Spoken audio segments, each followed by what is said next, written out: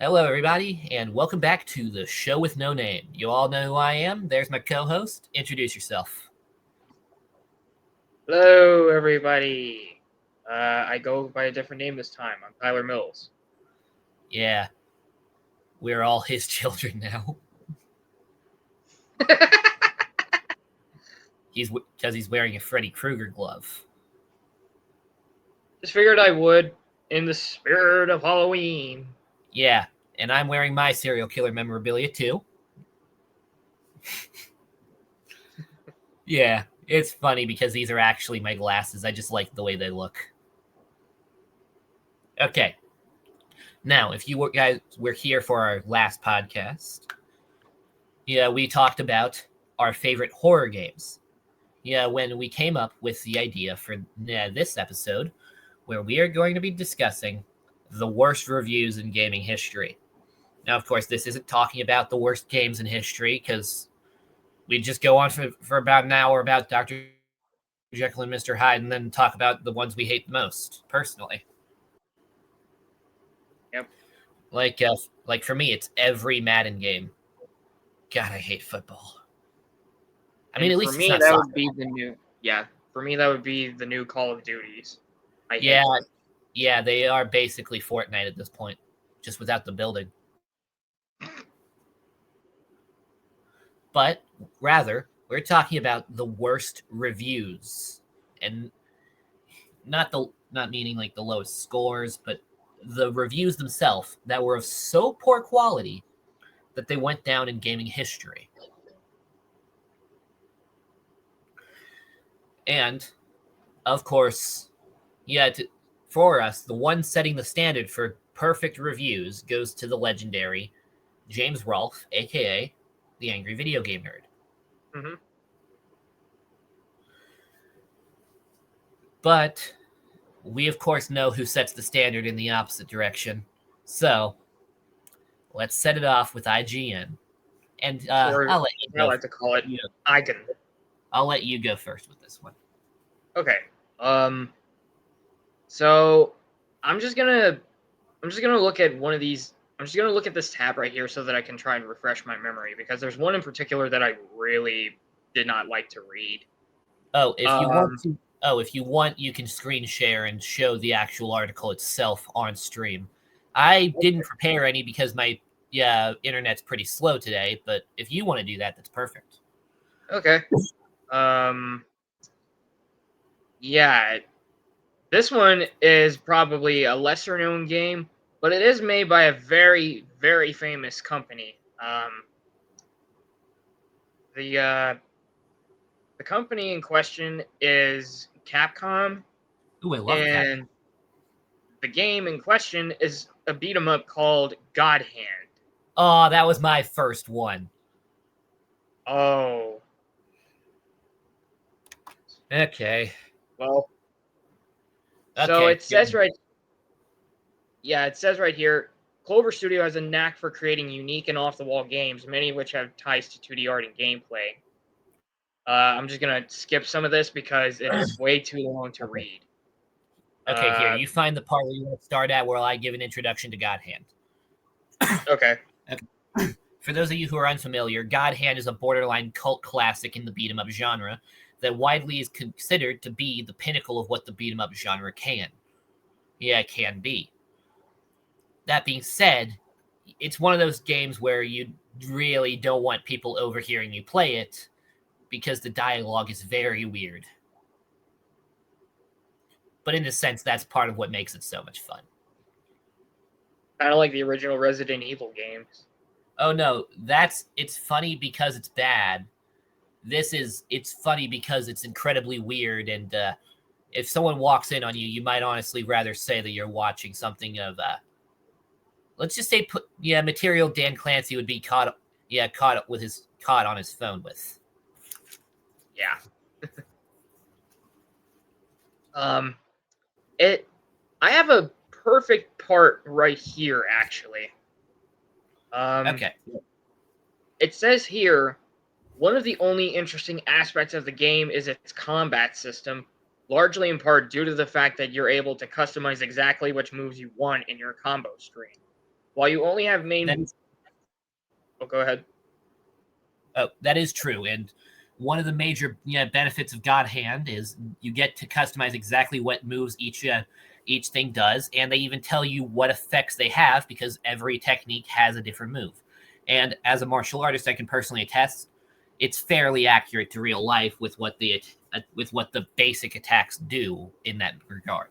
Good. Yeah, it says right here as well, some moves have special attributes like juggling an opponent, tossing them away, or breaking a block. This customizable aspect and the fact that you'll earn and buy new moves as the game progresses means that you'll constantly be switching up your attack style and incorporating new moves. Which, it sounds interesting. I've never played God Hand, let alone did I ever have a PlayStation 2, but if I did have one, I'd probably buy the game and check it out. Yeah, it's actually a very interesting game combat-wise, and I actually do have a PS2, so I might actually buy a copy once I get a memory card, of course, because the memory card was the one thing that didn't come with the console. Anyway, but that's about as far as the fun of combat goes. Ooh. Yep. Why is that, IGN? Oh, it says right here. Beyond this, it's an extremely tedious brawler where you'll generally mash a button or two until an enemy is dead. Okay, in regards to that, button mashing does play a part in certain situations, such as if you get an enemy on the ground, sometimes there's a prompt to button mash to repeatedly stomp them in the face. But no, button mashing isn't all you do. It's very complex, and you already said, you can customize what moves each button does that in a way that allows you to choose different effects based on what you want to do. It's very complex.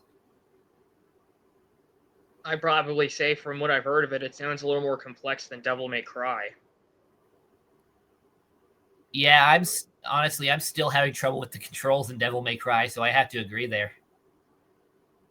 It also says here, there are a few tactics of sorts mixed in, like choosing the best times to use a slower but more powerful move, but in large part, you'll be mashing buttons until everyone is finished. It's kind of funny the first time you're able to stomp on someone's head with your leg moving at Mach 3, but this gets old quickly. It's Mach 2.7.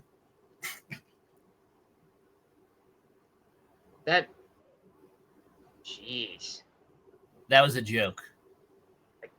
I get it. I get it. But I'm looking at this review, and I'm completely baffled. Yeah. Like, okay. I'm not really gonna. It doesn't look like there's anything that spoils the story here because I don't want to do that. Oh, correct. Yeah, don't worry. The story, as far as I remember, their review is pretty safe on the story side. Mostly because I firmly believe that the guy reviewing this didn't finish the game and only got like halfway. Yeah. Maybe maybe it was a matter of deadlines. Maybe he had to move to a different project. But generally speaking, it's clear he just skipped through the tutorials and was really bad at the game. Yeah. It says here as well, one of the major problems with the combat, and God Hand on the whole, in fact, is that the camera is stuck directly behind your character and you're unable to freely control it. Where you walk is exactly where it points, so enemies will often come up or even appear behind you, and this can be extremely annoying in a crowded room. Okay, I don't remember too much about the camera, but at the same time, I remember there being different camera angles. Yeah. As far as I remember, let's go back up to the screenshot, like this right here. This is a completely different screenshot, I think. Yeah. Yeah. This may not be a good example, actually. Okay. But, oh, hey, look at that on the right side of the screen. Yeah, we have it. We have evidence of that statement I made about Dan Clancy. Oh, wow. Okay, but yeah. I remember there was another. Wait, there. That's actually the one I was looking at right there.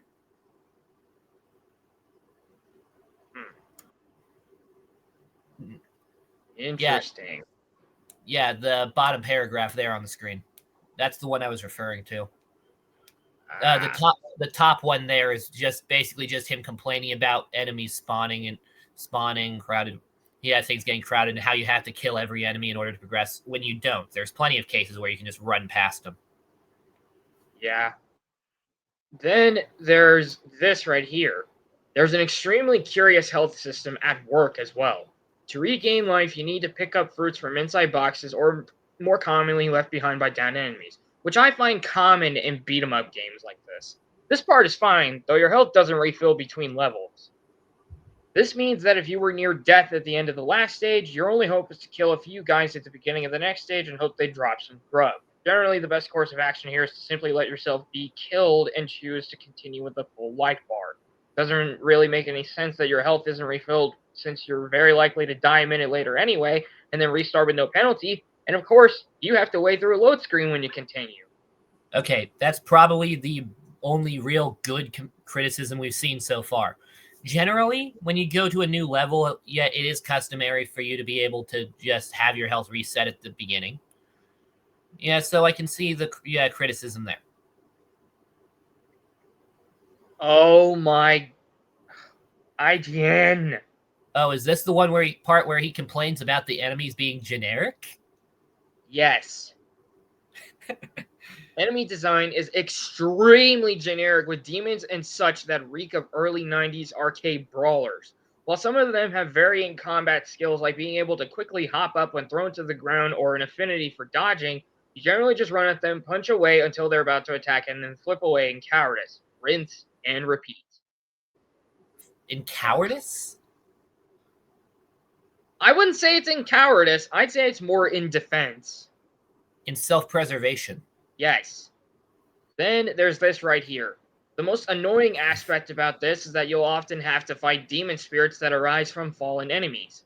They take a while to kill and simply act as roadblocks to slow down your progression. After fighting them for the third time, you'll become bored, and by the 50th, you'll be throwing your controller across the room. You get special things for killing them, though. Oh, and also, I'm just going to say this. If you think the enemies in God Hand are generic, look up any boss fight, especially the one where you have to fight those five midgets. Yeah, Or look at the enemies in Countdown Vampires. Ugh. Anyway, the bottom line is that God Hand quickly becomes a boring, annoying, and frustrating game.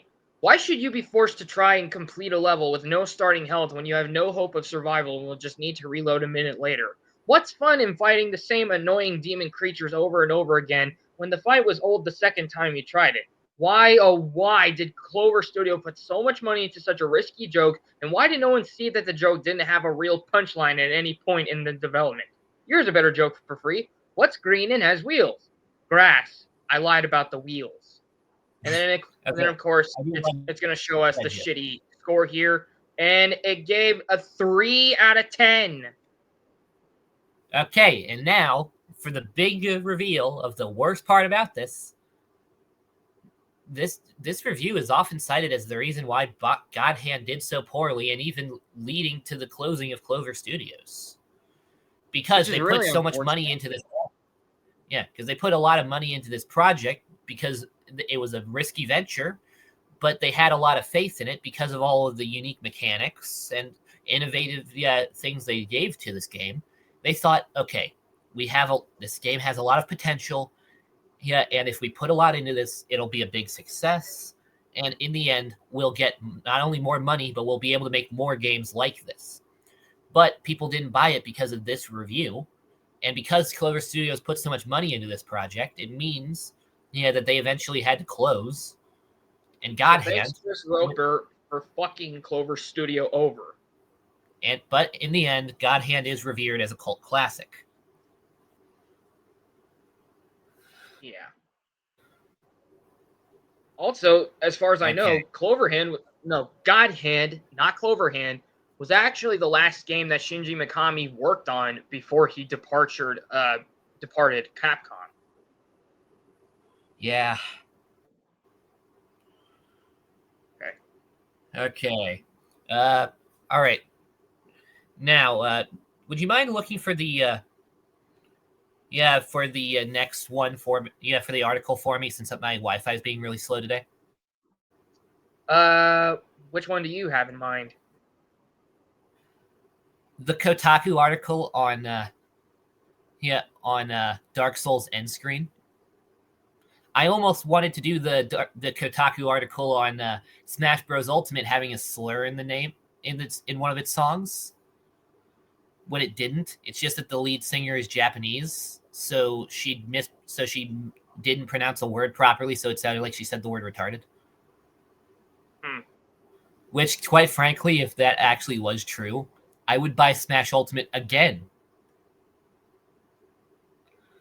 Yeah, my sister is into Smash Brothers Ultimate, and I'm not into Smash Brothers at all, thanks to one of my friends who betrayed me. No, hey, let's not give personal information on stream here. Yeah, I'm not gonna go too Remember, far into it. Yeah, remember, there's potential. Remember, there's ones of people watching us. Okay. Anyway, I haven't pulled it up right here. Okay, just share your screen. I did share the screen. Yeah, sorry, I've been testing out that full screen mode. Okay. Oh, it's okay. Okay, now let's look at this. Be ready to scroll. There's a moment early in Demon's Souls, immediately following the game's first major battle, in which the player must sprint from one end of a castle bridge to another.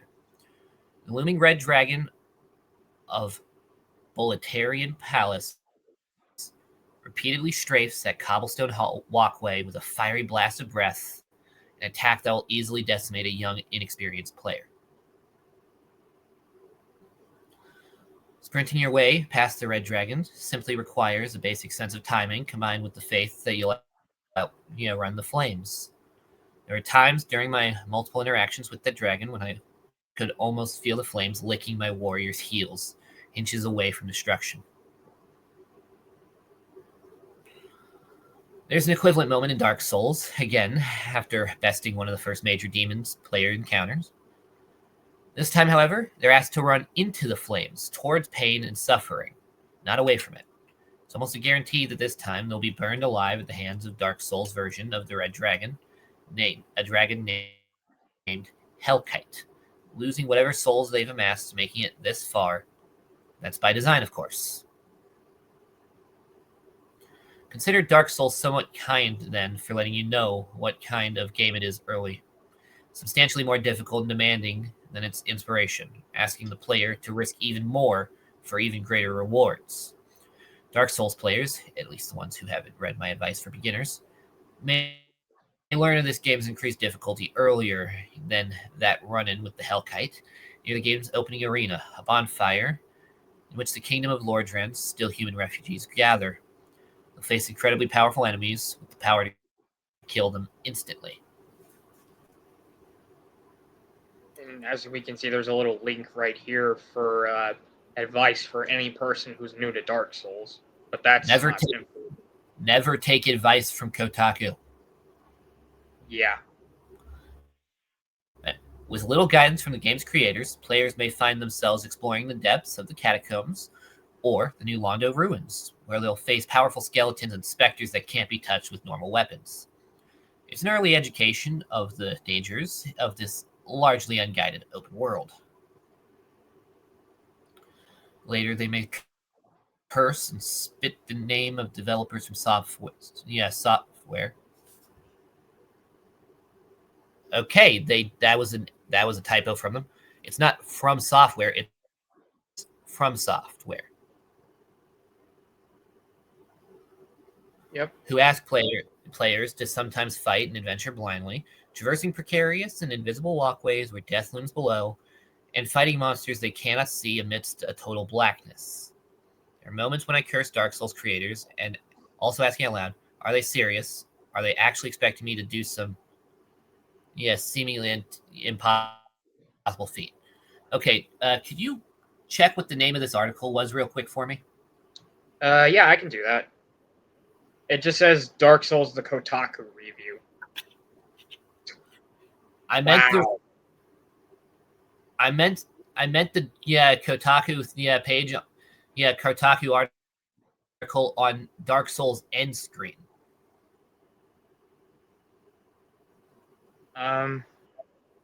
Well, I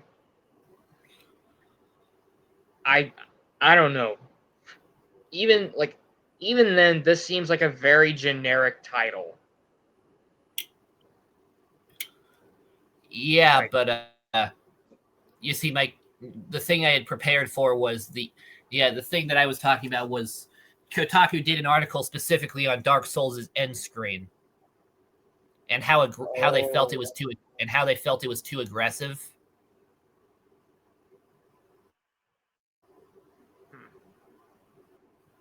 let me see.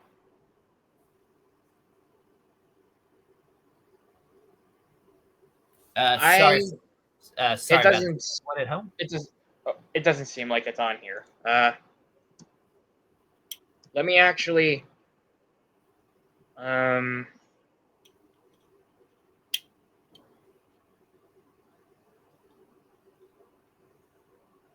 that is okay. It's not showing anything. Here, let me check real quick what it was so that I can see what you should search real quick. Okay.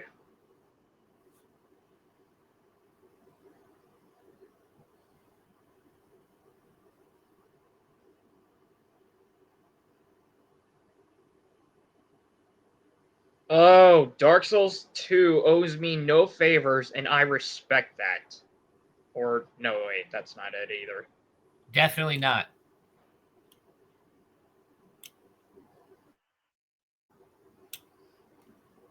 Well, I can't seem to find it.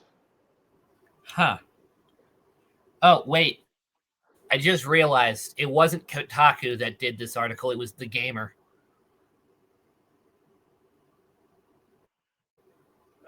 What gamer? The Gamer. Oh, That's the name. TheGamer. The T and G are capitalized. I see, I see. Yeah. Oh the my top one. god. May 10th, 2025.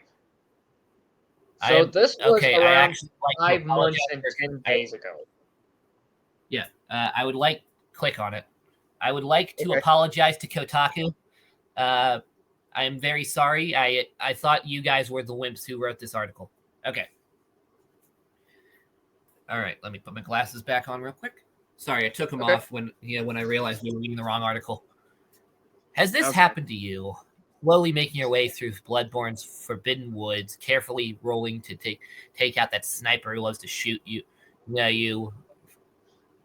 what from the other side of the bridge.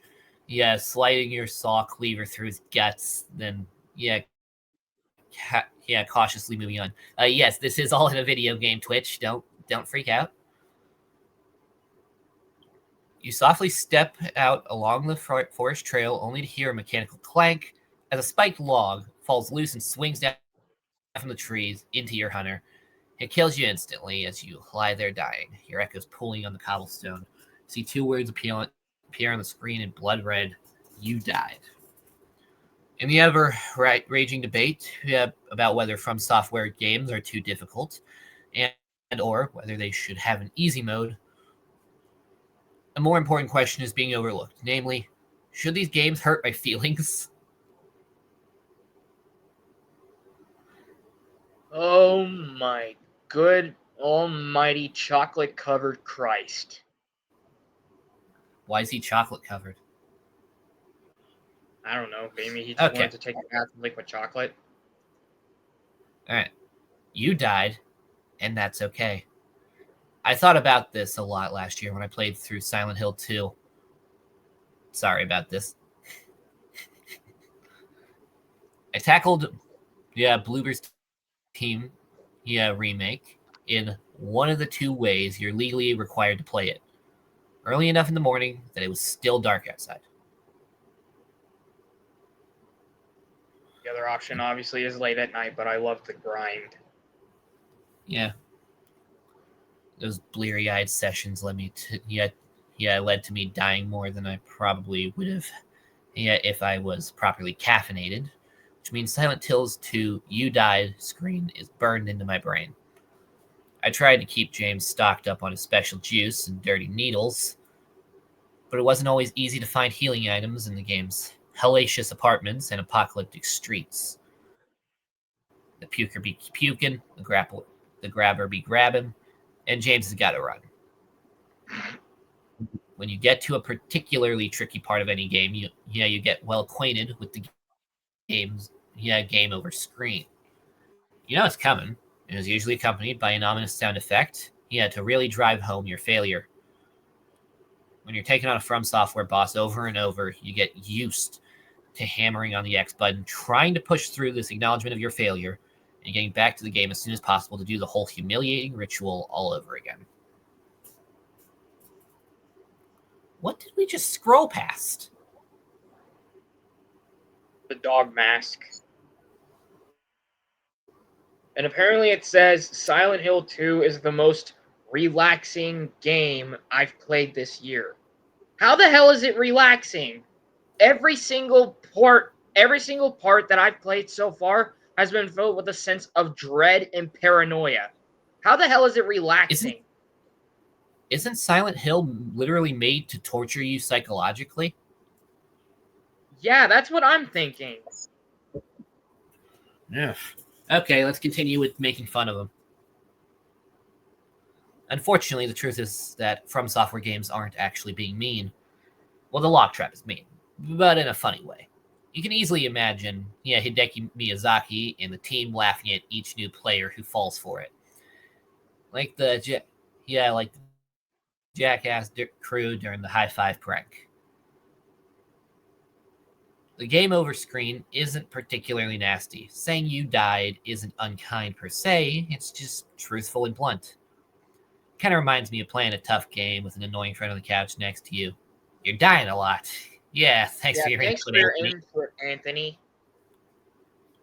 Well, at least it's not an Aiden.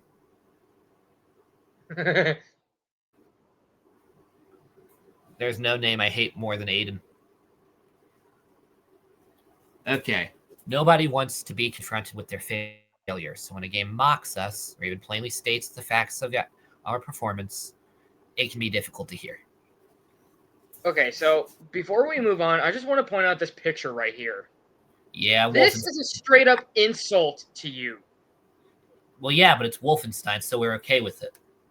Well, it also says right here, very easy difficulty setting for the spineless gamer.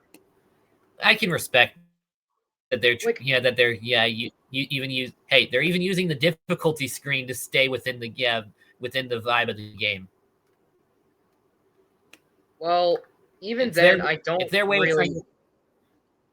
Oh, go ahead. It's their way of trying to encourage you to step up to the challenge and try to become the cool guy that your character is. They want you to be awesome. Be otherwise scary Terror Billy. Yeah. They want you to be awesome. So go out there and give the Nazis a fighting chance as you try to rock them across the face. Yeah, like that. This picture right here just motivated me to play on Bring 'Em On. And I have not gotten very far, but I do plan on playing that game at some point again. But we're not going to talk about that. Yeah.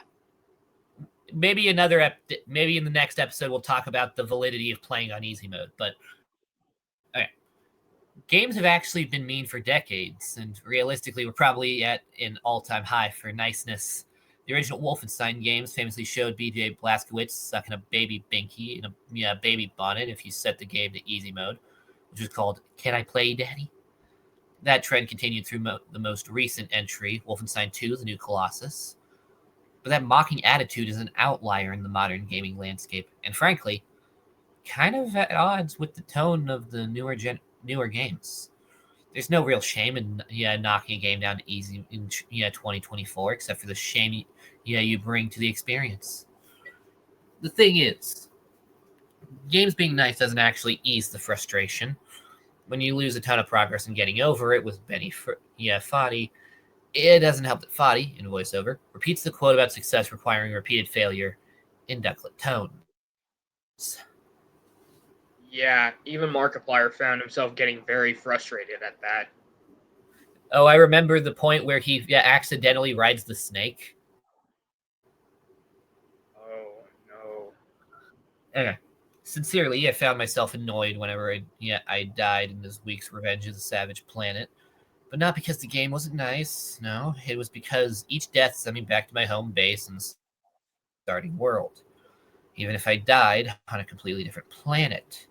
I'd rather a game call me a full diaper baby who will die alone when I die than make me do something repetitive for no good reason. Can someone please explain to me how that makes any sort of sense?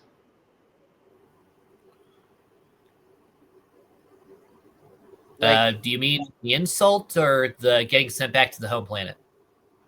The insult. The insult makes no sense to me. Oh, it's quite simple.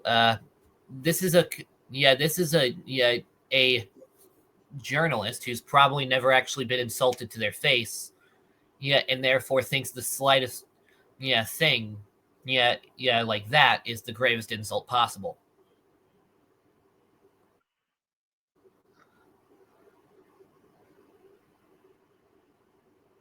These games can't take can't take the sting out of failure because the sting is something we bring with us.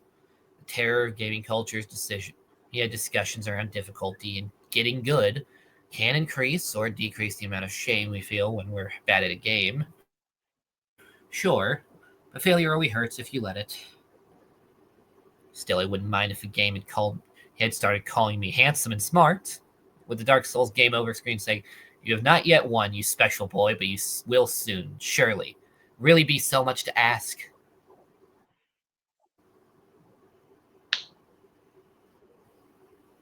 Jesus fucking Christ. I've never read this article other than today on October 20th. But this is probably the dumbest idea ever. I'm pretty sure this author had two mothers. Wow. That's not actually a true statement. I'm just a joke. Oh, that's the end of it.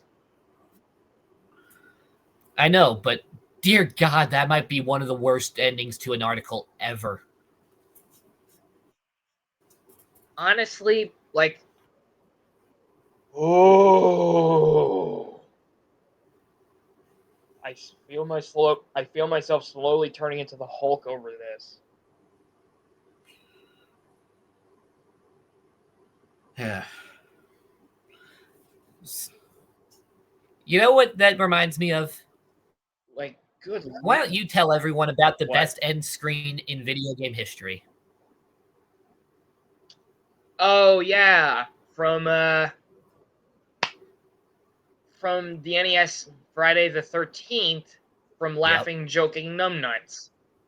Yep. That is wow.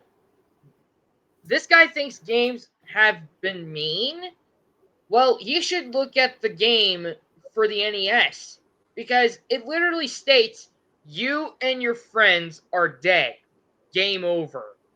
Like, really? Like, I get that. Like, that's okay. On one hand, I can see why they were being brutally honest because, yes, the camp counselors are dead. Jason has won, and there's nothing you can do about it. But on the other hand, that is a extremely mean thing to say to kids because at that time, no one ever knew about death in video games. Normally, an enemy would just get defeated or turn into an item and just float away. But then here comes a game like Friday the 13th who just comes out, shows some real balls, and says, "You're fucking dead. And your friends too." Like, Come on, go for the nerd rant. Ooh. Come on, show the glove while you're saying it. Okay. Oh, did you take it off? Yeah, I did because I was trying to use the mouse. Oh, sorry, I didn't realize. It's fine. But like, what if there was a sequel? It would have to say something worse, like, we're coming up with a sequel to Friday the 13th by Laughing Joking Numbnuts. What can we make it say? I got it. How about this? It should say, you're dead, your friends are dead, your family's dead, your fucking pets are being skinned alive, your mom's a fucking whore, you suck at life, the whole world hates you, you're going to hell, live with it. Game over. Yeah, that's what the next From Software game should end with. Funnily enough, there is actually an Angry Video Game Nerd video game that actually has that death screen. Oh yeah, I saw it. I have not played that game, but I really want to for some reason. Oh, and when the 8-bit game that he has comes out, I'm getting it on Steam. I don't blame you. Oh, hey, maybe we can do our own review of it on stream. Yeah. Show these companies how it goes. Yeah. Okay, it's now your turn for an article. Hit me with your best shot. Try to outdo the Dark Souls reviewer who wanted to be the game to call him a special boy. Okay, sure.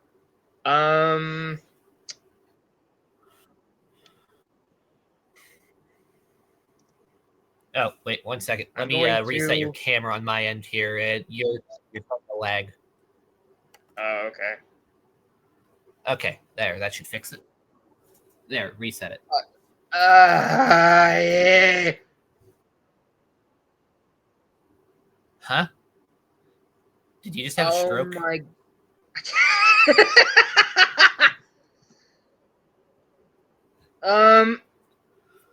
I am going to. I need to find this game. One second. Because there was one in question for the 2018 God of War. By the way, it's a fantastic game. I'm just gonna say it. I thought they rushed development, but yeah, and there were too many troll boss fights. But other than that, yeah, excellent game. Okay, so I am. You're still young. That's your fault. No. Okay, this doesn't make any sense. What?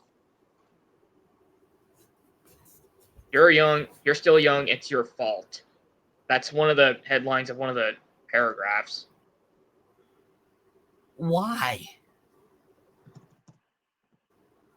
What does that even mean? I have no idea. Wait, what company are you looking at the reviews for? IGN. Of course, it's IGN. Okay. Here we are. Opinion. How God of War made me a better father. Okay. Yeah, that makes sense. Yeah, that was an entire game about learning to be a better father. I mean, actually, no. I'm not even looking at what I wanted to look at.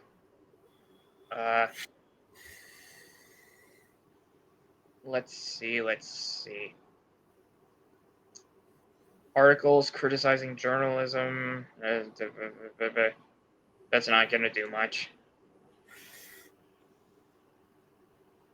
Sorry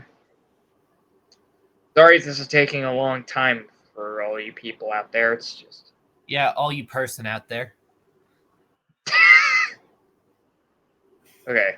Actually, and the worst part is I think that one viewer that's shown is me. Oh. Okay. I always get more views on YouTube. Oh, here's a good one.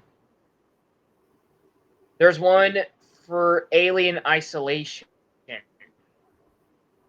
Oh, wait, I think I actually had that one prepared too. God, you're just stealing all my things today. Oh, come on! I didn't even realize that I was stealing! Well, I guess you're gonna have to try and one out me. Ugh. But I mean, I guess I could still go for it. Yeah, go for it. And while you do it, I'm gonna also be kind of slightly looking off to the side and trying to figure out another one. All right.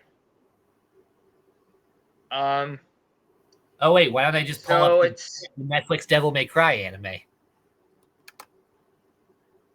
That would work. Yeah.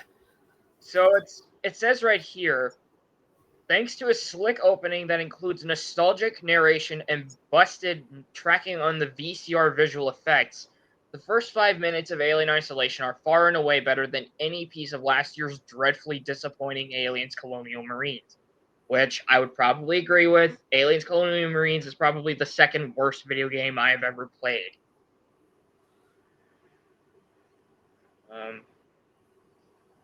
But by the end of the 15 to 20 hours I spent with the Mono E Exo with the Mono E but by the end of the 15 to 20 hours I spent with the Mono E Xenomorph survival horror show, I wish I'd stopped after the first half dozen.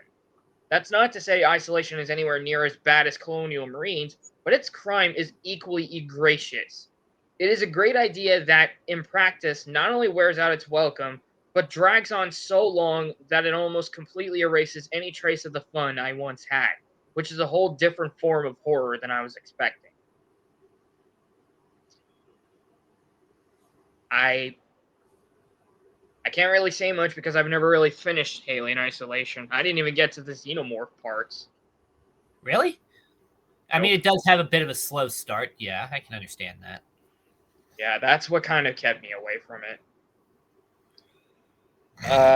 It says here, Isolation impresses out of the gate, not only due to the aforementioned intro, but because its art direction and sound design dutifully nail the vibe of Ridley Scott's original 1979 film. Correction, 1978. Yeah, that's actually that actually is just a typo. I can't stress this enough. From the DOS-based futuristic computers and their scanline CRT monitors to the fear-enhancing, violence-screeched orchestral score, Isolation clearly did its homework in the AV department. My favorite aspect of the presentation is the atmospheric use of fog, which I described in Silent Hill 2, but we're going to continue anyway. From wisps of smoke that billow out of air vents to clouds of white mist that obscure your vision when you rewire an area's life support systems in order to aid your stealthy objectives, Isolation certainly looks and sounds like a part of the Alien universe. I can kind of see that. Yeah.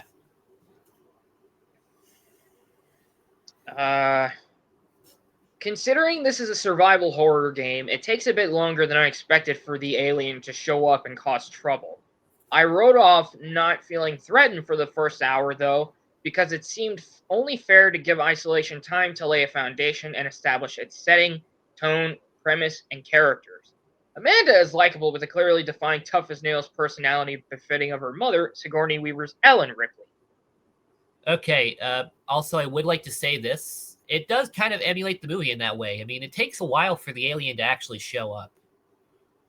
Yeah. And it also, kind of reminds me of... Oh, go ahead. No, sorry. Go ahead. You go first. I was giving you a different point. I was going to say that it kind of reminds me of Alien Romulus in some sort of way. Really? I'm not sure how you feel about Romulus, but I thought it was a good movie. Yeah. I could watch it. Anyway, it says here...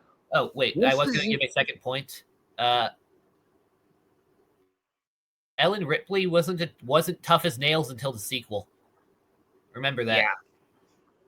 And heck, she arguably wasn't even tough as nails in the third one because they just ruined the character's entire life just to get her to come back for a third thing, which is one of the main reasons why everyone hated Alien 3. Can't imagine how everyone felt about Resurrection. Yeah. The main reason people hated Alien 3 is because they took everything that that Sigourney Weaver's character got from the first two movies. Yeah, and threw all of that away just so they could have her as the main character for a third movie. Okay, anyway. Once the xenomorph starts stalking you through the dark and creepy Sevastopol space station, isolation hits its stride. It is an absolutely stressful game to play by design. About 99% of your hunter's movements and actions are unscripted, so you genuinely never know if it's going to leave you alone for minutes at a time, crawl into the ventilation ducts in the ceiling and then immediately drop back down, or sniff around the room you're hiding in for 3 minutes, forcing you to wait it out. The slightest sound, light source, or sight of you will cause the serial murdering lifeform to charge and kill you. It's impervious to your weapons, be they a pistol, a shotgun, a flamethrower, or crafted items such as Molotov cocktails and pipe bombs. In fact, only the latter three of these can even annoy the alien enough to force it to temporarily leave the area. True, the fire-based weapons do generally generally have an effect on the xenomorph, just like they did in the movie. Yeah, I can see that. A slower, quieter crouch walk from locker to storage cabinet to under a desk is often the safest method of progression, but as you'll come to learn, the alien's unpredictability is both Isolation's greatest strength as well as its most crippling weakness. The typical encounter in Isolation goes like this. Do I really have to manually scroll? I have to. Oh my god. Anyway, the typical encounter in Isolation goes like this. You get a warning pulse from your painstakingly recreated motion tracker, hear the unsettling sound of the alien spawning into the area as it drops in from an overhead air duct, you hide in a locker, storage cabinet, or under a desk, stare at your motion tracker until the creature completely leaves the area, and then you proceed as quietly as possible toward your next objective, which that is not supposed to be how it works. Because the motion tracker, as we know, makes noise. sound. Yeah. And that sound attracts the xenomorph to your location. Yep, and that's going to come up later in this review. So, remember that. And for the first several hours of gameplay, that formula works to tense, satisfying effect. Yes, you'll die a lot if you're like me, but during this honeymoon period, Isolation effectively keeps the pressure on. Manually activated, wall-mounted telephones are the only way to save your progress, so reaching the next one genuinely feels like a miniature victory unto itself, and getting impaled by the alien before you can pick up the receiver is a dramatic defeat. The clomping of the alien's footsteps, the bassy whoomp of its skittering around in the air vents above you, its angry shrieks and hisses, having to lean back and hold your breath as it sniffs for you while you're hiding in a locker, inches away from its acidic spittle, they all make Isolation very good at ensuring that you're never comfortable while trying to get the hell off the Sevastopol. I don't know how you say it, honestly. A handful of timed hacking mini games you must complete while the creature can be lurking anywhere are also high points of fear. Yeah.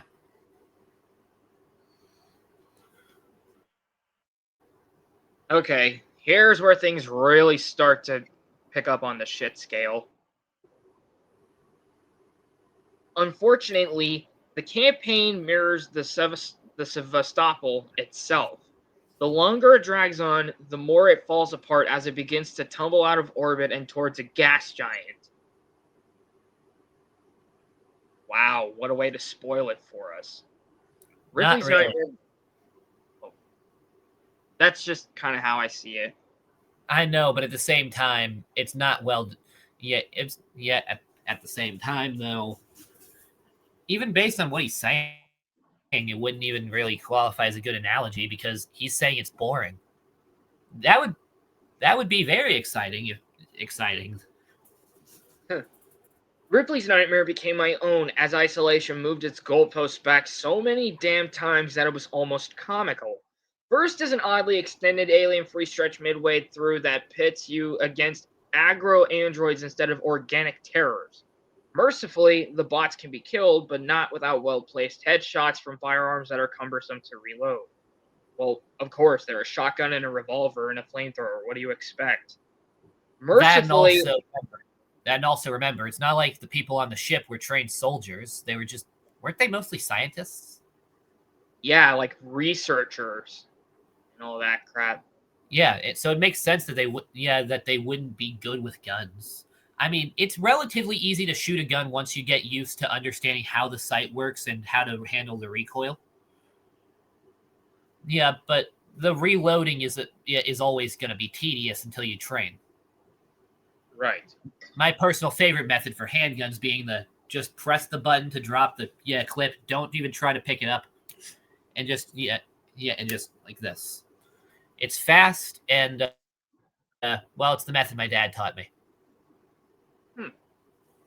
Mercifully, the bots can be killed. Oh, I already said that. Yeah, and that and the stairs disappear without the singularly lethal force stalking you. This is not a first-person shooter, though it occasionally pretends to be. How? I mean, because they add extra enemies in that you can actually use your weapons on, as opposed to the Xenomorph where it doesn't work.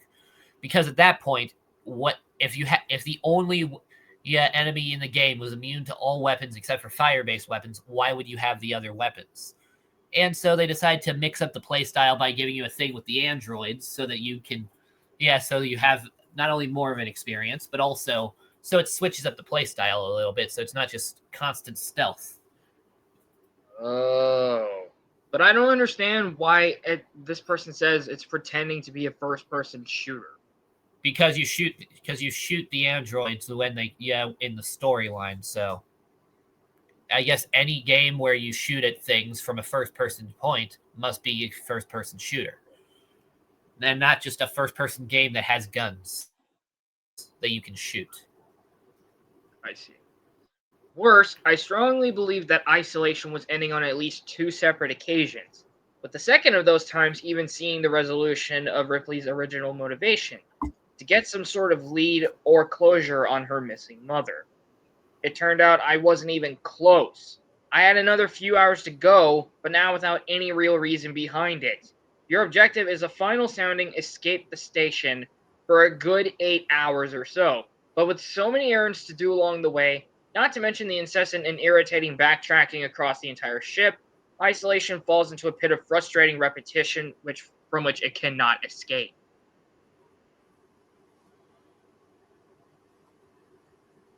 I'm sorry, you throw out your motivation the second the character arc is done? What about the motivation of not dying? Thank you. Or the motivation of not letting the alien win? It's like these people have never heard of spite, when they clearly have so much of it. Yeah. Rather than throw a new gameplay twist at you, Isolation, like so many games before it, simply spends hours making you run a funless gauntlet and contend with everything it's thrown at you so far simultaneously, including human, android, and extraterrestrial foes. Fright dissolved into frustration as I got killed from behind for the umpteenth time, even as I crouched motionless and out of sight in the air duct.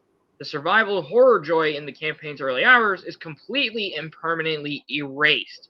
Even when you finally reach the end, it's an underwhelming conclusion that doesn't adequately pay off the 15 to 20 hours you just survived. And in hindsight, playing on hard difficulty, which I only did because Isolation actually describes it as the recommended way to experience the game, was a terrible decision. It means the Xenomorph can get you anywhere at any time, giving you no opportunity to avoid death and run you down if it hears so much as a pin drop. Sure, a flamethrower blast or a Molotov cocktail can ward it off for a moment, but alien-repelling resources are extremely scarce. Don't make the same mistake I did. But there's a reason why hard was the recommended difficulty. This entire game is designed to make you feel helpless as you're helpless in the in the proximity of a true apex predator. It's recommended to be set to hard because that's realistically how it would be. The entire point of these games is to put you in a dangerous scenario that's either impossible or something that you would never realistically do, so that you can experience it. I think I can set an example for this, but I'm gonna wait until this entire article is done. Yeah. Oh, and also as for the whole pin drop thing, again, we mentioned it. The motion sensor makes noise. And you can Yeah. see in the video version of the review that he has the motion sensor out while he's hiding. That's alerting the xenomorph to his location. I swear, these people have no sense. As a footnote, Isolation offers a leaderboard-based survival mode that challenges you to complete various scenarios with the highest score, earned by posting the fastest times and completing bonus objectives. It recommends that you not try it until you've completed the campaign, but after a protracted marathon, I didn't even want to look at it. I did, though, to be able to tell you for sure that it wasn't worth it. I can't really say that myself because I've never played the survival mode. Yeah, I'm not going to comment on this, mostly because storyboard stuff is not my thing. Yeah. Anyway, Alien Isolation seemed like the perfect Alien game on paper, and for the first handful of hours, it even seems to deliver on its promise on the strength of its outstanding art and sound that faithfully recreates the ambience of the classic horror film. Ambience, I don't care. Instead, what was the great xenomorphic hope ends in another disappointment for a license loaded with interactive entertainment potential. It's a shame that Isolation doesn't track stats, because I'd be curious to know how many of its roughly 15 to 20 hours I spent hiding in lockers, staring at the motion tracker, and most of all, how many hundreds, yes, hundreds, of times I died without a chance to save myself. It may seem strange to complain that a game's too long, but when the genuine scares of being hunted by an unstoppable predator are so diluted by repetition and padding, Isolation's epic length really does work against it. Someday, someone is going to make an incredible Alien video game that checks every box, but sadly, Isolation is not it. And what is the score they gave? A 5.9 with the title of Mediocre by Ryan McCaffrey. Oh, and you know what's even better? That's barely higher than the last Alien game that came out before this. Wow. You know, the really bad one? Yeah, Aliens Colonial Marines. Yep.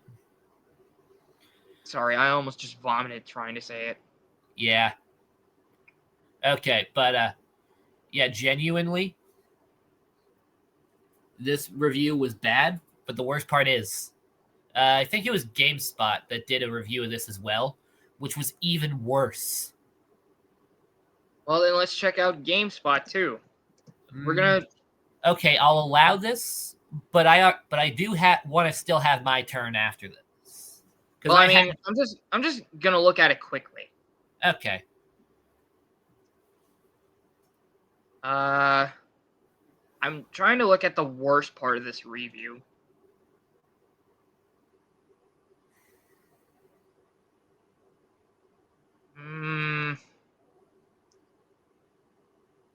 Okay, I'm not actually seeing it here, so I'll probably look at it in my spare time anyway. Okay. Then for my turn, the one you're gonna pull up, Doom review by Edge Magazine. Oh.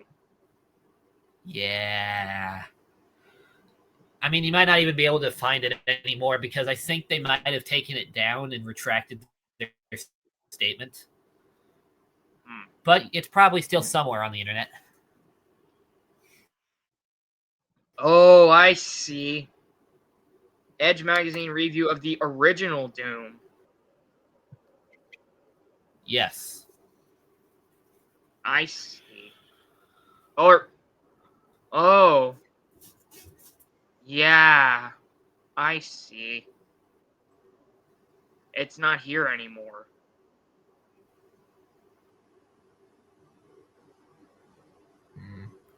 Damn. There. Wait, I see it. Yeah, there in the middle. That's it. It straight up has a quote from it in the title, so maybe it's the same thing.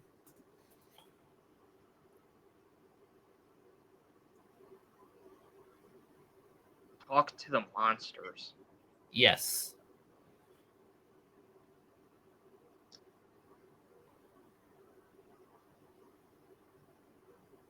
On the right side of history. What? Backspace. We won't even give warrant them a criticism. Wait, let's see if that other one says the same thing. Probably. Oh, it's just comments on it. Okay. Huh. So Oh, wait. there's no point clicking on Go that. back for a second. Go back for a second. The first comment that I saw, it said something. Okay, in quotes, games never change and all you do is shoot people, basically. Has the jabroni never played anything other than a shooter? Like, seriously, the writer basically describes all games to be like shooters and how you just mindlessly kill and clearly don't know about that many games. Okay, that first one, that quote was from the original article, so I think that one that we clicked on first might have the actual article in it, or at least parts of the original article. Mm-hmm.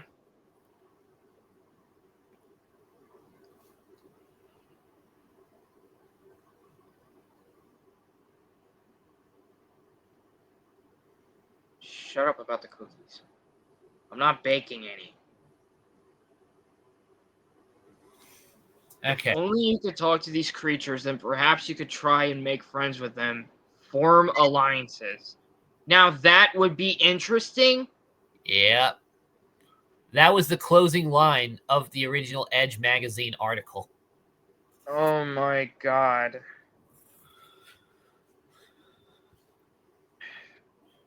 Edge. Oh. Okay, now let's continue to scroll to see if we can find more lines from the article. Okay. Those are links. Keep scrolling. Next. 1984.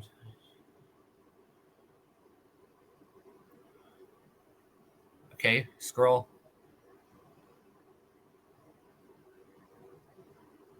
Scroll.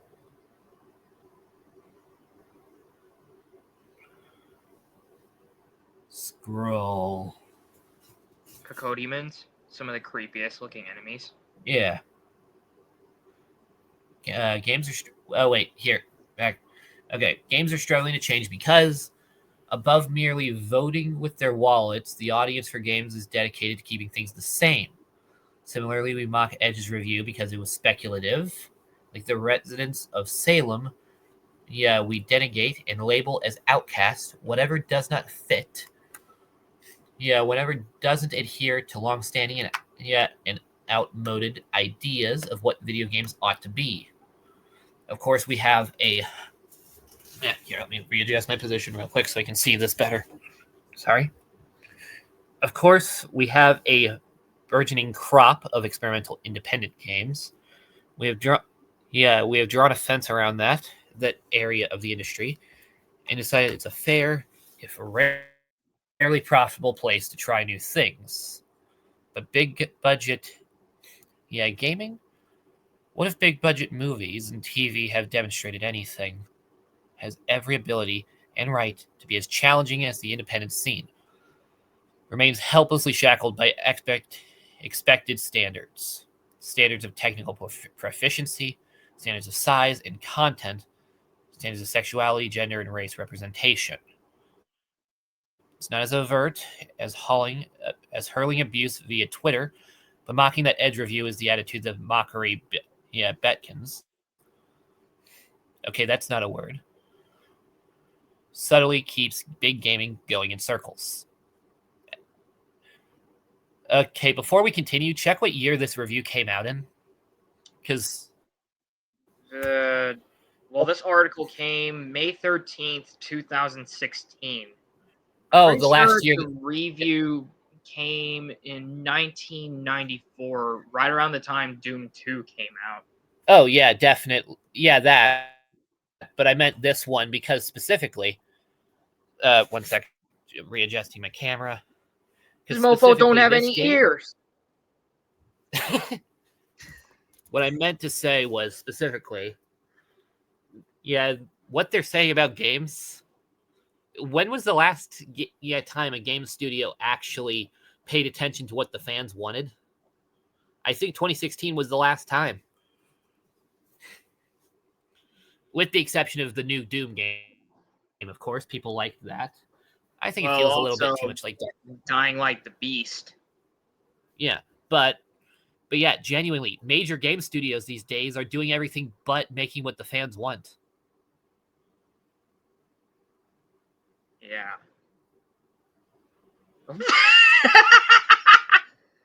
What? This picture reads, "So, got any plans for the weekend?" Yeah. That's actually funny. I'll give IBT Times some credit for that. I think it was. I'm pretty sure it was written by a person who didn't write the article. Well, regardless, I think it's still funny. Oh, that is funny, especially given the context of the article. Okay, back to where we were.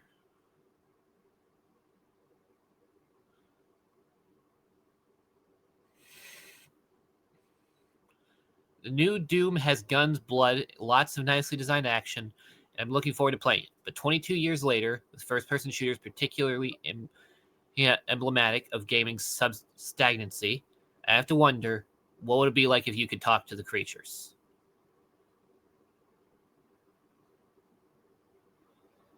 Huh. Okay, do you think we should try to continue trying to find the original article?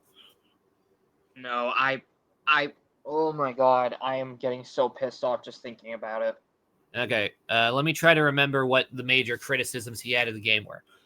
Okay, the first criticism was there were some constraints that he had with movement, like you couldn't look down or up, which is why does that matter? Or the idea 93. It was one of the major pioneers of 3D gaming, and kinda. And then, of course, there is the criticism of all you do is shoot things.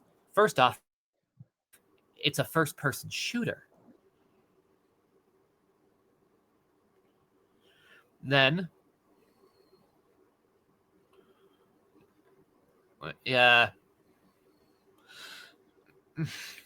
and of course, there's also plenty of puzzles in Doom, and resource management, all that.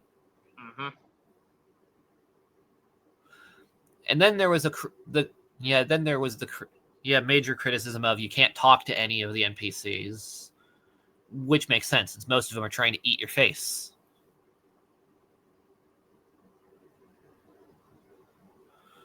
It just And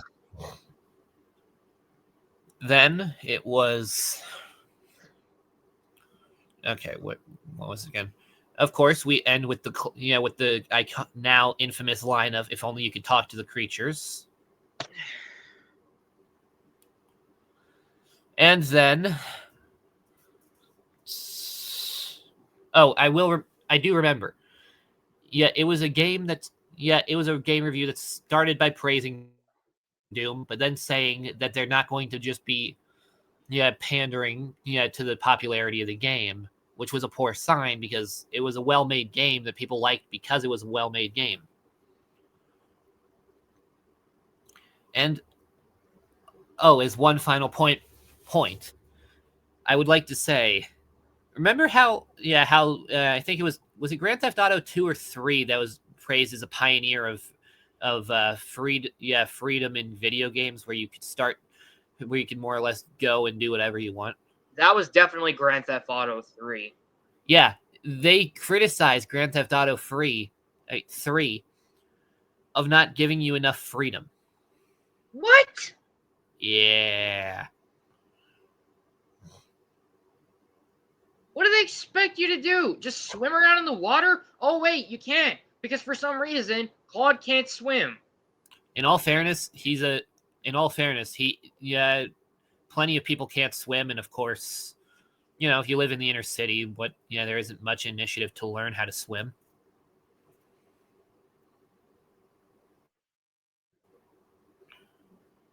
But even then, it's still a problem in the other game, Vice City.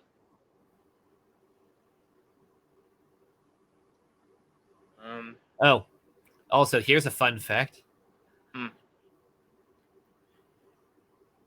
The PlayStation 1 had 3 Grand Theft Auto auto games. Grand Theft Autos 1, 2, and something else. San Andreas? No, that was PS2. Okay, but what I was saying was that one had 3 Grand Theft Auto games. But Grand Theft Auto 5 had 3 PlayStations. Grand Theft Auto London 1969, and Grand Theft Auto 2. But yeah. But the PlayStation 1 had 3 Grand Theft Auto games, but the Grand Theft Auto 5 had 3 PlayStations. Compare that to GTA San Andreas. It had 4 PlayStations. Yeah. And the other 2, and the last 2 are criticized. Yeah. If I'm being honest, I'd rather play Grand Theft Auto San Andreas on the Xbox 360 because at least then it's not that bad. Like, sure, it may not be functional in some areas, but for the most part, it's still the same game from the PlayStation 2 era. Yeah. Okay. But that's more or less it for that game. Now, how about we go with a lightning round? A lightning round? Yeah, round. Yeah, where we go over various criticisms of different games, gaming articles. But we do it quickly so that we can, because we are coming closer to the end of the time. Honestly, I don't think I can think of anything for the lightning round. Here, I'll get us started. There was a review for one of the Bayonetta games that Bayonetta was too hot.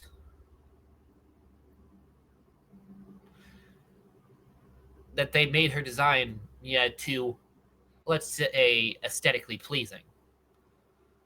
When the main selling point of the Bayonetta games was that it's basically just Devil May Cry with a hot woman. That's one thing that kind of kept me away from it. It reminded me too much of Devil May Cry. Really? I honestly think that a game feeling like Devil May Cry would be... Like, the game itself is... Like, I liked it. I did. But I just didn't really show much interest in Bayonetta in comparison to Devil May Cry. Oh, no, don't get me wrong. Dante's eternally cooler than Bayonetta, but yeah, that was the main appeal. It's like Devil May Cry, but with hot women. Yeah. Which is basically the comparison between Baki and Kengan Ashura, funnily enough. Where people say Kengan Ashura is basically just Baki, but with women.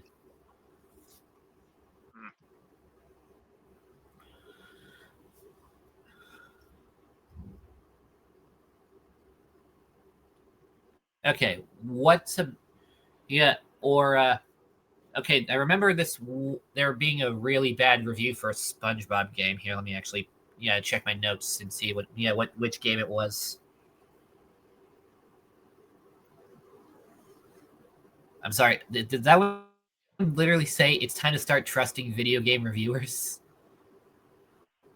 No, and who is it from other than The Gamer? I trust one video game reviewer, and that's James Rolfe. Yeah, I go for the same thing. But if I'm being honest, like, if there is a site that I actually check on for reviews, sometimes I check on Metacritic. Why? Just so I can look at the fan reviews. Fucking Bethesda.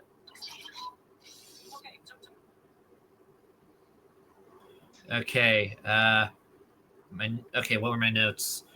Okay, God Hand, we already covered it. Alien Isolation, already covered it. Doom, already covered that. Okay, SpongeBob Battle for Bikini Bottom Rehydrated. It was a remaster of the original version of the game of SpongeBob Battle for Bikini Bottom, where this is where the reviewer, if you watch the thing for his review, you realize, dear God, this guy had not only had no idea what he was doing. Hey, do you mind pulling up a picture of of SpongeBob Battle for Bikini Bottom Rehydrated real quick? Yeah, well, I explain. Yeah, I can do that. Just to give him something to look. Just give him something to look at. The fans, I mean. Yeah, it's Yeah, right. Yeah, for instance, at one point there was this puzzle, where you're literally tasked with standing on a button while using a bowling ball. To you're tasked with using a bowling ball to hit a button, but if you step off the button, it closes a gate that makes it to where you can't touch the button, and you move a little bit forward when you roll the bowling ball. So this guy kept stepping onto the button, doing the skill, stepping off the button so the ball didn't hit it, and he would keep going back to the same spot on the button. And he didn't think at any point, here, I'll just step back a little bit so that when I step forward with the skill, I'll still be on the button.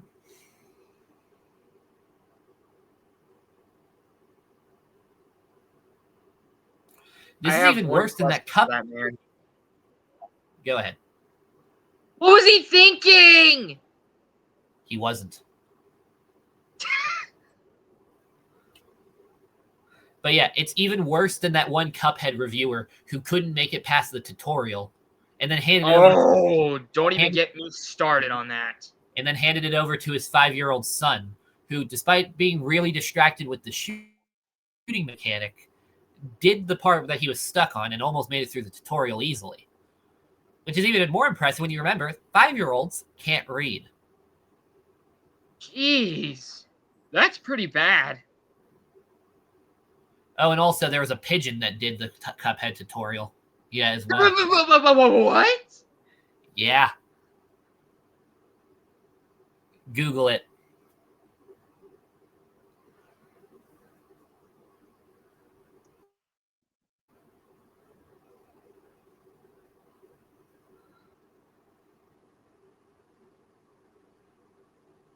Oh, I see. You want me to pull the video up? If you want to. It might be funny to get your reaction. Okay.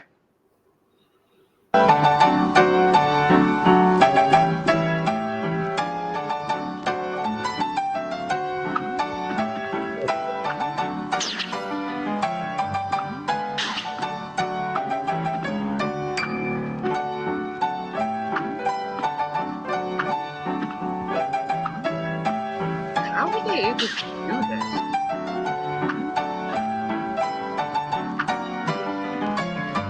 Did it come up to a machine or something?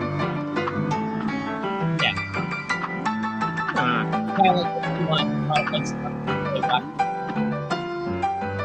I see.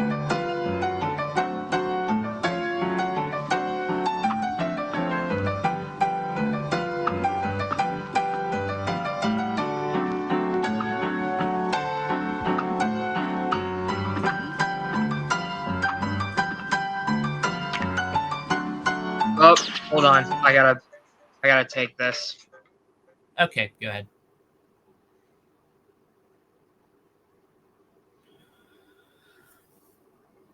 Okay, but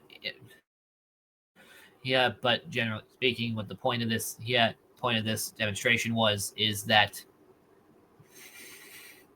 a pigeon is smarter than this Cuphead reviewer when it comes to solving problems. Okay, my co-host is currently stepping out, and since he is currently controlling the screen, I will not be clicking away.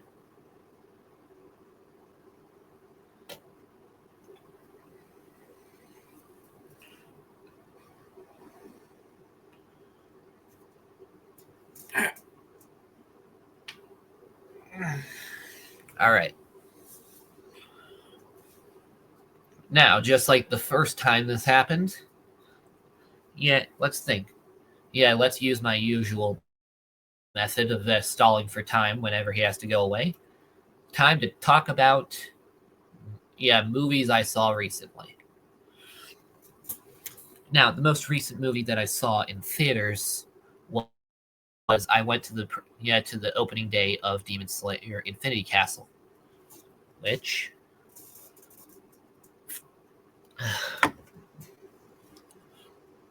was a very good movie. Now, let's open up with my criticism real quick because that's probably the shortest part of thing I have to say about the movie. The pacing felt really weird.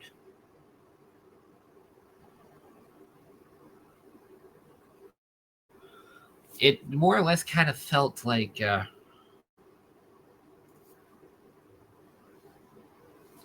were trying to adapt the manga to the movie directly as precisely as possible, which is a good thing. But on the other side of things, it led to the pacing feeling off. Okay, and my co-host is back. Excellent. Okay. Okay, don't worry. I stalled for time by talking about how I went to go see the Demon Slayer movie. I see. Yeah. Okay. But yeah, continue the video. Let's watch Okay. this pigeon humiliate a game journalist.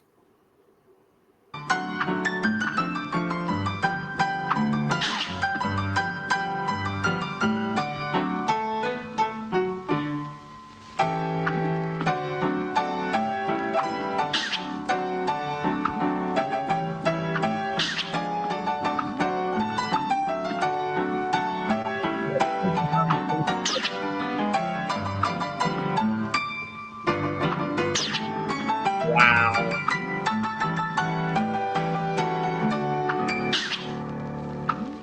Finally. Yeah, I'll admit, I did not do well with Cuphead. I didn't even get past the first boss fight. Yeah, with the vegetables, because that carrot is so annoying. I'm sorry, But but I fucking hate that game. Yeah, but at the very least, the tutorial I finished in like 30 seconds. The furthest I've got was up to that dumbass clown bitch. Okay, but back to what I was saying, the whole thing with the SpongeBob reviewer. It's clear he skipped the tutorials. In the earlier on stages, had no idea what he was doing going forward, and then he was just complaining about kind of pointless things like how you couldn't choose which character you wanted to play at any given time. But but thing is, different characters have different things they're capable of. So if you got to pick and choose, or if you chose a character and didn't switch back to the character you're supposed to be, a level could be anywhere from impossible to impossibly easy.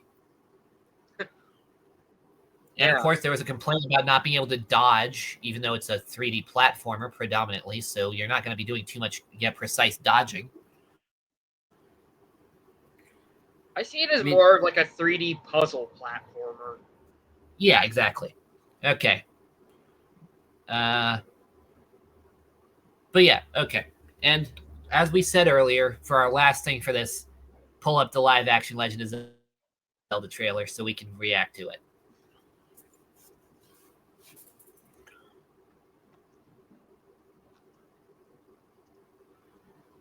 God, you type fast. Okay, scroll.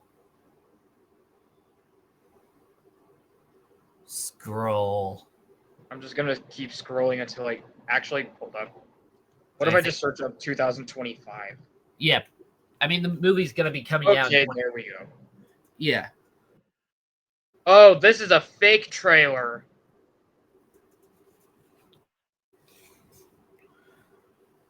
That's what this whole thing is.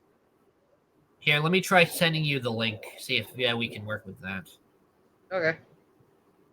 I'm gonna stop screen sharing for a bit so that things aren't revealed. Understandable.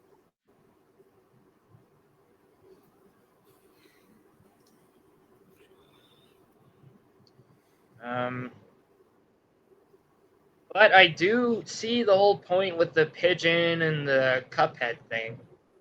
Yeah, he got outplayed by a bird. Yeah. Them birds, man, they ain't no joke.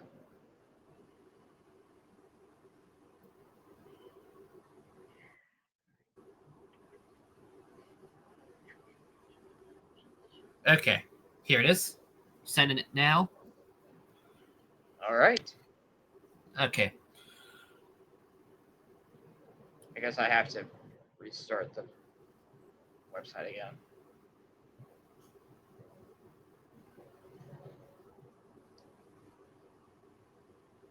Oh, I don't think I don't see it anywhere. Well, I just clicked it. Oh, there we go. Yeah. When I say sending now, I mean I found the link and I'm about to send it. Ah.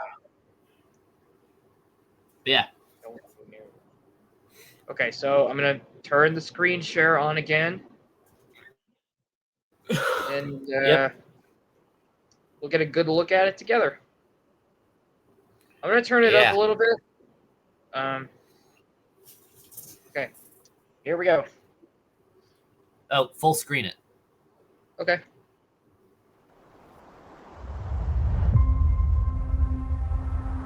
Sony. This land was once full of light. Before time tore it apart, he ran from destiny. But it never stopped chasing him. You were never meant to run. You were born to rise. And in the shadows, something ancient returned. Is that Hugh When Jackman? the world falls, only the chosen can stand. Deeper he went, the less light remained. Then he Okay, I can't watch it anymore. It's AI. No, it isn't. I actually checked. This is official. No, it looks like the faces are morphing away from each other.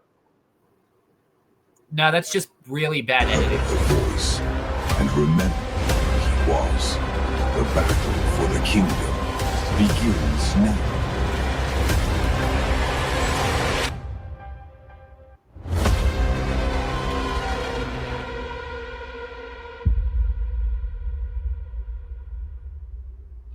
Yeah. I did see a thing where people kept joking that the narrator sounds like Darth Vader. I don't hear the resemblance at all. Yeah. I mean, maybe James Earl Jones, but without the scuba gear. Rest easy, James Earl Jones. What are you talking about? He's a Force ghost. Well, I don't see him. Well, do you really think he would be hanging out around us? Maybe. Man's living his best life, haunting Kathleen Kennedy. This is what you get for making my successor an emo. All right. Probably listens to Linkin Park. So, All right. is that all, or? Well, do you have any comments on what on how the trailers changed your predictions for how the movie's going to be? Okay. I think I might have at least maybe two short comments. One, it looks like a R-rated version of a typical fantasy movie. Like, I did not feel like I was watching The Legend of Zelda at all. I felt like I was just watching some generic medieval movie. Yeah. Number two, the editing is some of the worst I have ever seen. Like, Yeah. I'm not even joking. Original Sonic trailer. Oh god, no, I'm getting bad deja vu. Okay, so maybe this is one of those things where it's bad, but they're going to fix it in the actual editing. Because remember, it's over a year until this movie comes out. Because it's not going to be until 27. Yeah. And, okay. Yeah. My main concern here is them saying that Link tried to run from Destiny. Can you tell me any point in the entire series where Link tried to run away from his own destiny? No, I can't actually. I mean, in Ocarina of Time, the second he found out what he was supposed to do, he immediately went to do it. And in the Wind Waker, he was reluctant to rescue his sister, but hey, he knew that he had to do what he had to do. Yeah. So, so that's a little concerning that they're adding not wanting to be a hero into this. I think my worry is they're going to go full generic thing of he doesn't want to be a hero, but he goes through the entire movie, and then at the end he finally decides to be a hero. The new Crow. There's only one Crow. Yep. The 94 film. Which, a little side note on the new one, I don't understand how my parents, mainly my mom, can tolerate it. She says it's a good movie. No, it's not. It is honestly one of the worst movies I have ever seen. Yeah, I haven't seen it, so I won't comment. Well, trust me, you don't want to. Yeah, I remember my dad saying he wasn't planning on watching it. Yeah, because he was a big Crow fan. Well, that's good. He wanted to honor Brandon Lee's memory. Yeah. Here's a fun fact. You know, Brandon Lee originally wasn't even supposed to be in The Crow, because at the time they were making a biographical pic about his father, Bruce Lee. Mm-hmm. And let me tell you, it was a horrible movie, but they wanted Bruce's son to play him. He had to play Bruce because, they look exactly like each other. That makes sense. And he had training from his father, so he would be able to replicate Jeet Kune Do. But he didn't want to do it because he wanted to distance himself from his father's legacy. But but in a way, if he had chosen to do the movie playing as his father, he wouldn't have died on the set of The Crow trying to play Russian roulette with blanks. Actually, I think that was Fun Boy's actor. But, and also, again, that movie sucked. Dear God. They spend so long demonstrating it. They do so many fight scenes where he doesn't use Wing Chun. And then after his back injury, his girlfriend starts going, okay, the reason you lost the fight was because there's too many fixed moves in Wing Chun. He didn't use Wing Chun in the fight. He was using generic kung fu movie stuff. And you know it because Wing Chun is such a distinct style compared to other things. Really goes to show how much people know, huh? And the worst part is Bruce Lee's family was so involved in the making of this movie. I bet they must have felt embarrassed. Yeah. Oh, and also, his wife, Linda, was one of the main people involved in the making of the movie. So the movie mostly centered around his relationship with her. But also, I think she kind of told the story a little bit differently than it actually happened because it was in almost every portion of the movie, all of Bruce's accomplishments were set up in a way that made it to where she was the one who started it. Like after Bruce Lee's severe spinal injury where he was told he would never walk again, she was the one who told him to stop sulking. Yeah, when in reality Bruce never lost will to keep going. And it was her idea to change Wing Chun so that it would be more efficient. Well, Bruce Lee, willing is not enough. We must do. But yeah, so it just yeah. Oh, and also there are just some points where it was blatantly confusing, timeline wise. Like there's one scene where he gets into a fight in his university's weight room. Problem is, Bruce Lee didn't start using weights until after his fight with Wong Jack Man, where he realized, oh, I was incredibly fatigued during that fight. If it had lasted a little bit longer, I would have lost because he had better endurance. I better start trying to figure out how to improve my physical ability. And so he went to talk to bodybuilders, and they taught him how to lift weights. But the thing is, this scene where he's doing stuff in the weight room, specifically it was chest fly with the pec decks. God, I miss Nautilus machines. I wish that my gym had them. But the thing is, with the fight with Wong Jack Man happens actually, no, he doesn't even fight Wong Jack Man in the movie. Wong Jack Man is mentioned, but he never shows up in the movie, and they don't fight. It's some random guy they made up for the movie who apparently killed 3 people. And then the thing is, Bruce wins the fight, and then he doesn't injure his spine until years later, where he is in the weight room. He's doing good mornings, which is where you put the bar on your back and you lean forward like this and then raise up to work your lower back muscles.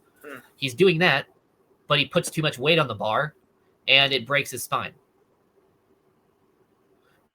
But then again, when I say too much weight on the bar, it was 135 on the bar. And how much did Bruce Lee weigh at the time? 135. Wow.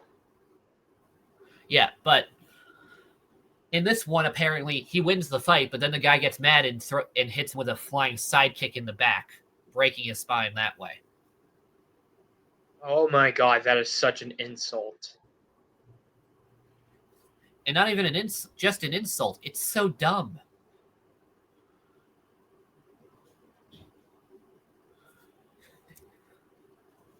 So, I don't know.